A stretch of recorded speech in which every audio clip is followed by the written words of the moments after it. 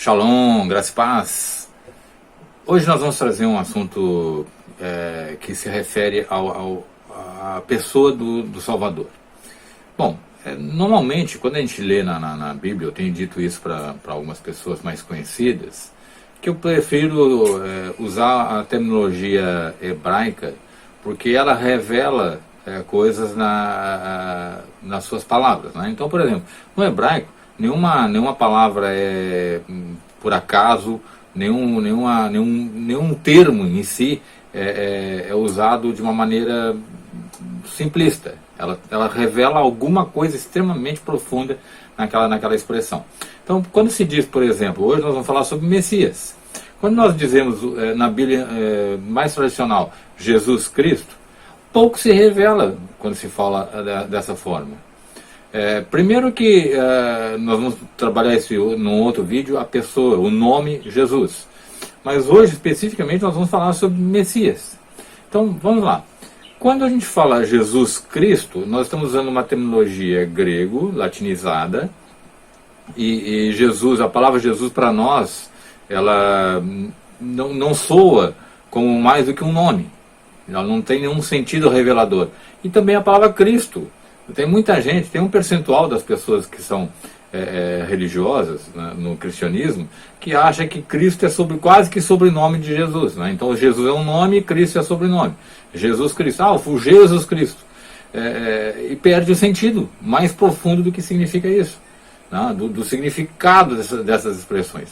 Então, é preferível que se use de uma maneira até respeitosa e temerosa, Yeshua HaMashiach.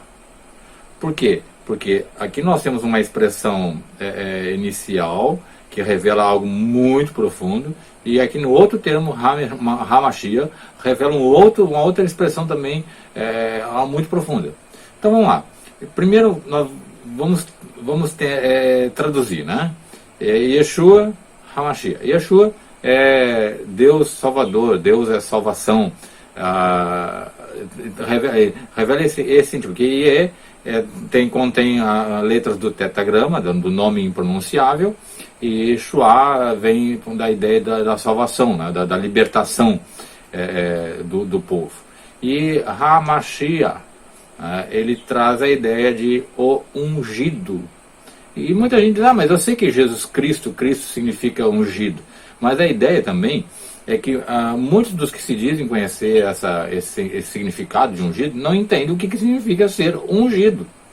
Mas ungido eu sei, é quando colocava o óleo sobre a cabeça lá, e ele era então identificado como oficialmente como rei ou como sumo sacerdote.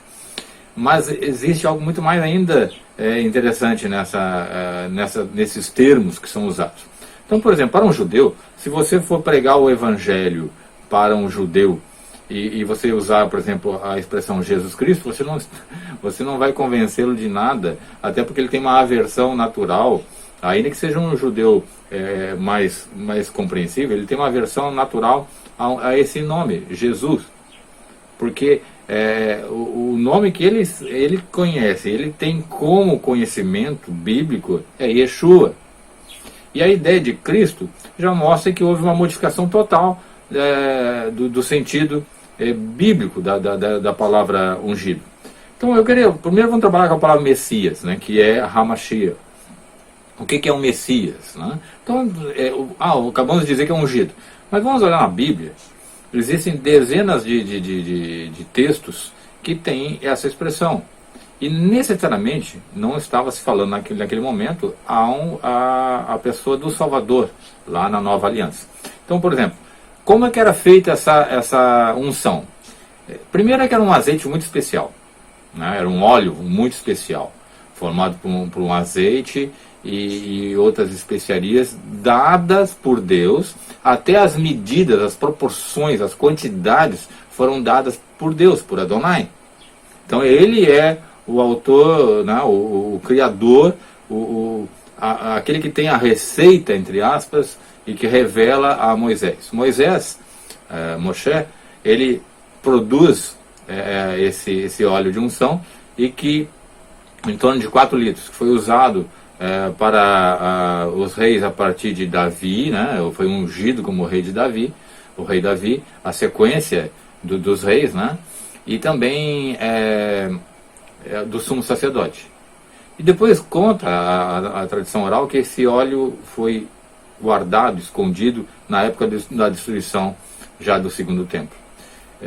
E ficou guardado, escondido para o terceiro templo, que obviamente é o templo do milênio. Esse óleo, nessas devidas fórmulas que Deus dá a Moshe, ele tem um aroma agradável, um perfume agradável.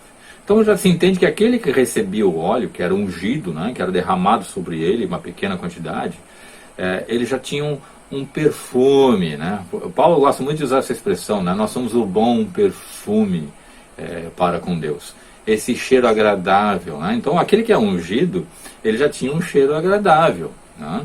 O detalhe é que, por que um óleo? Esse óleo ele ficava preservado sobre a cabeça. E por que na cabeça? Porque era a representação do domínio, da realeza, do serviço que iria prestar, que seria oficial àquela pessoa diante de Deus. E a ideia é que ela vinha do alto, né? Essa unção vinha do alto, ou seja, era Deus ali na sua presença ungindo, né? Selecionando, escolhendo, determinando aquele indivíduo para aquele ofício. Então nós vamos ter essas duas características já, né? Perfumado e Deus sendo aquele que unge, né? Mesmo usando um instrumento humano como o sumo sacerdote, como nós falamos aqui. O principal papel, a principal missão da unção era, tanto no Antigo Oriente como no Oriente Próximo, era solenizar, ou seja, era dar um aspecto de formação solene naquele ato de escolha daquele indivíduo. Então, imagine, você tem milhões de pessoas e Deus escolheu aquele indivíduo para aquele ofício. Então ele é ungido, ele é escolhido, ele é perfumado pela presença de Deus ali, para que ele seja aquele que vai desempenhar aquela missão. Esse atributo Mashiach, né, que ele vai designar o rei, o sumo sacerdote. Então aqui já temos duas coisas interessantes, né? Ele só era usado para ungir rei e sacerdote. E claro, ele foi usado no início do tabernáculo, do templo, para ungir os móveis, a mobília sagrada do templo, que era, obviamente, também a serviço, né, de Deus. Vamos lá, vamos tentar entender algumas coisas aqui. Eu quero que você acompanhe comigo alguns textos, onde essa palavra Mashiach, ela aparece, né? Nós temos lá em 1 Reis 19:16, diz assim: também Jeú, filho de Ninzi, ungirás rei de Israel. E também Eliseu, filho de Safat, de Abel Meolá, ungirás profeta em teu lugar. Então agora aqui nós temos a palavra Mashiach, que está na sua forma verbal Masha, que tem a ideia da unção. Ungimos um rei e ungimos um profeta aqui nesse texto. E também no versículo anterior, o Senhor diz: vai e volta para outro caminho, para o deserto de Damasco, e chegando lá, unge a Azael, rei da Síria. Veja que agora é um rei de um outro povo, de outra nação, mas que também Deus escolheu para ser o instrumento dele. E nós temos aí o mesmo verbo, né? Machá, né? Que é a ideia do ungido, da unção. Em Isaías 45:1, nós temos assim: assim diz Adonai, ao seu ungido Ciro. Também nós temos aí essa expressão Mashiach. Aí já está na forma de ungido mesmo, né? Não é ungido, não é um verbo. Notem que também Ciro foi chamado de Mashiach. Por quê? Porque foi escolhido, selecionado, e veio do alto essa determinação para que ele, que não era de Israel, fosse instrumento de Deus até para o benefício, para o bem de Israel, né? Ele vai sair ali como libertador para Israel. Naquele período em que Israel está sob domínio dos babilônicos, vêm os persas, né? E vão aliviar, né? Vão passar aqueles 70 anos, vão aliviar um pouco da carga de Israel, que que vai trazer profunda aprendizagem para Israel. Em Salmo 89, 38, vamos ler aqui: mas tu rejeitaste e aborreceste, tu te indignaste contra o teu ungido, Israel. Né? O Mashiach, ele é o escolhido de Deus. Quem é o escolhido aqui? Israel. Israel foi como um povo inteiro. Perceba esse detalhe: a nação inteira de Israel foi ungida por Adonai. Ela foi escolhida, ela foi celebrada, foi solenizada como povo de Deus para oficiar, para servir a Adonai. São vários textos, é óbvio que a gente não vai ler todos, né? Em Atos 4, 26, levantaram-se os reis da terra e príncipes se ajuntaram a uma contra o Senhor, contra Adonai, e contra o seu ungido. O texto está falando, está citando a antiga aliança, exatamente dizendo isso. Olha, se levantaram como se fosse um único bloco de pessoas, um único povo, e todos estão contra o ungido, contra o escolhido, contra aquele que recebeu essa determinação celestial. Tu saíste para a salvação do teu povo, para a salvação do teu ungido. Tu feriste a cabeça da casa do ímpio, descobrindo o alicerce até o pescoço. Quem é ungido aqui, que está sendo citado, e é Mashiach, ele é o povo de Israel. Né? Então você veja a ligação da expressão Messias, ungido, com Israel. Quando a própria pessoa de Yeshua, Hamashiach, lá na Nova Aliança, ele entra na sinagoga, como era de costume dele, porque ele era um judeu. Ele entra num Shabá, ele entra na sinagoga, aí é dado um rolo para ele ler, né? O rolo da Torá, e dos profetas, dos escritos. Ele lê exatamente Isaías, né?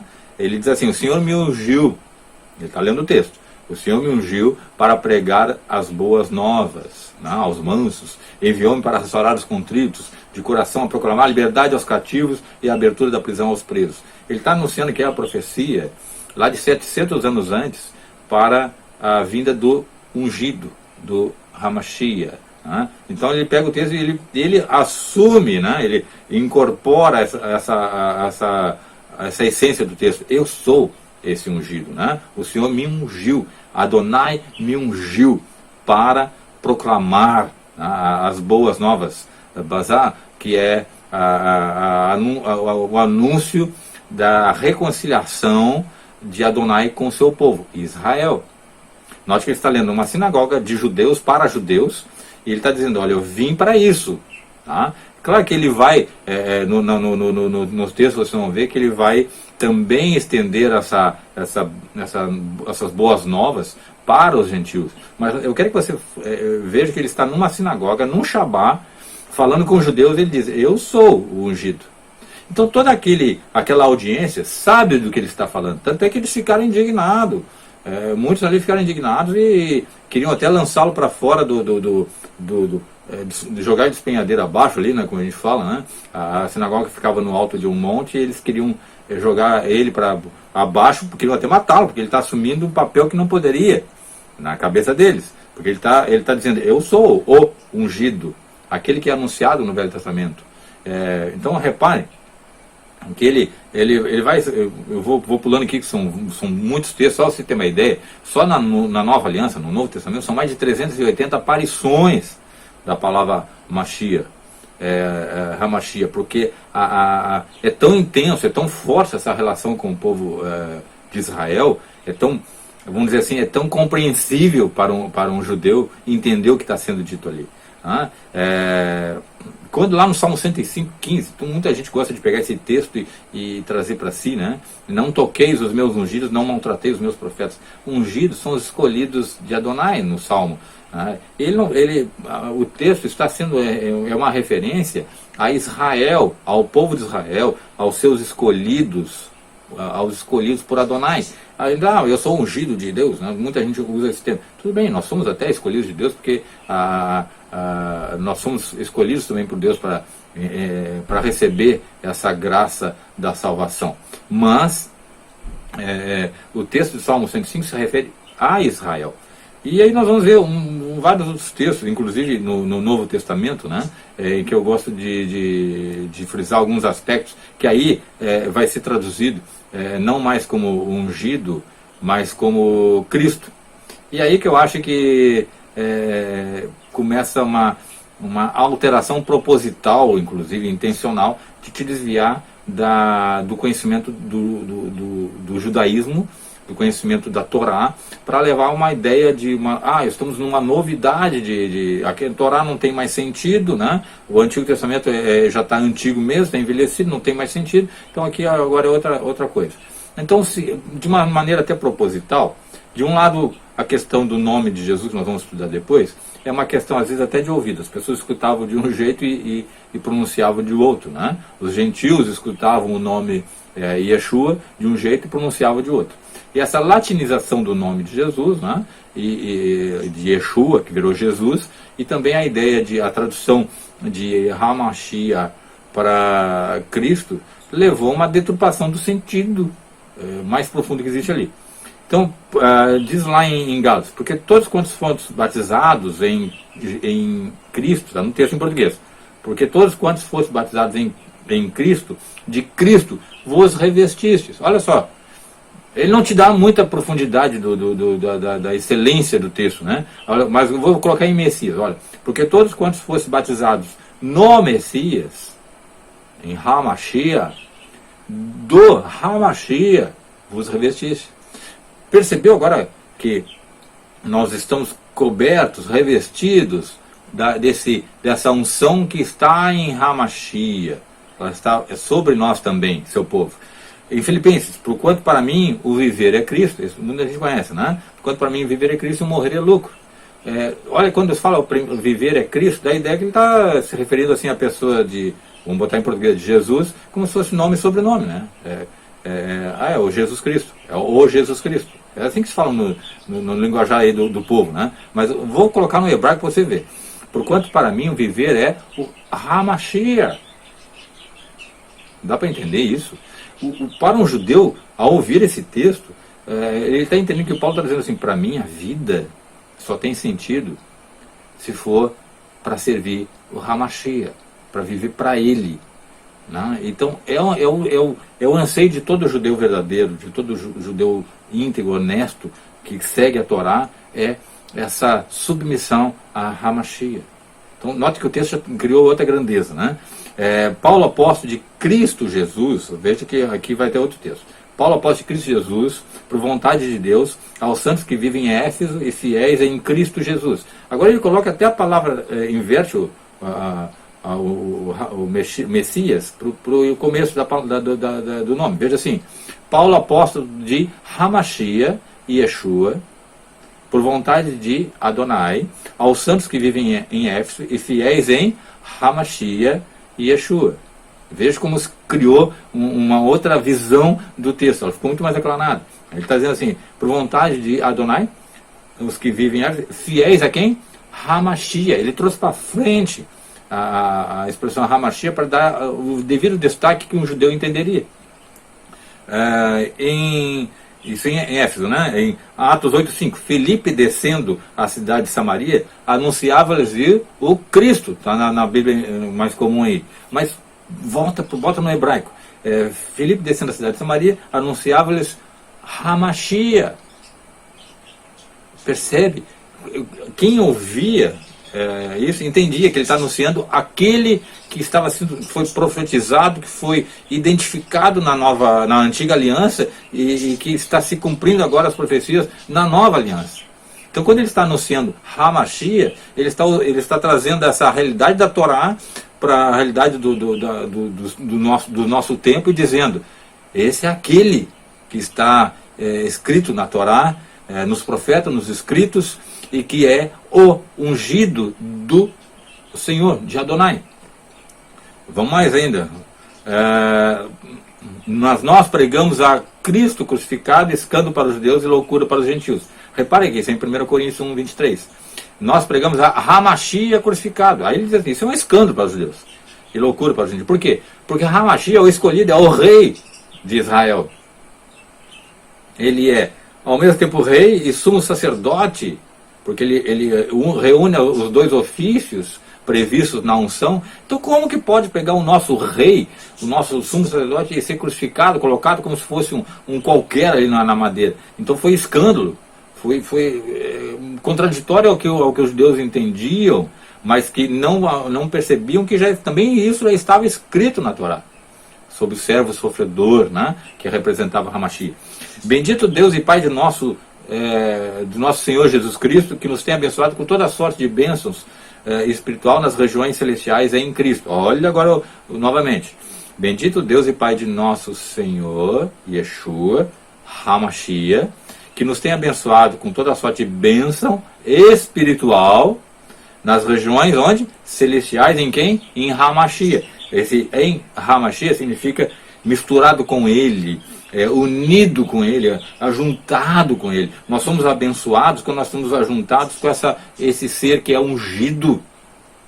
Né? Imagine você assim, poeticamente falando, né? Você abraçado com Yeshua, aí quem te olha de longe vê assim, olha, ele está ali, agarrado com Yeshua, a Hamashia. Então toda essa glória, esse kavod de Yeshua está ali também sobre aquele indivíduo. Então imagina o povo todos dos remidos sendo abraçado, sendo recebido, aproximado, que isso é a ideia da reconciliação, né? Essa é a mensagem do Evangelho, né?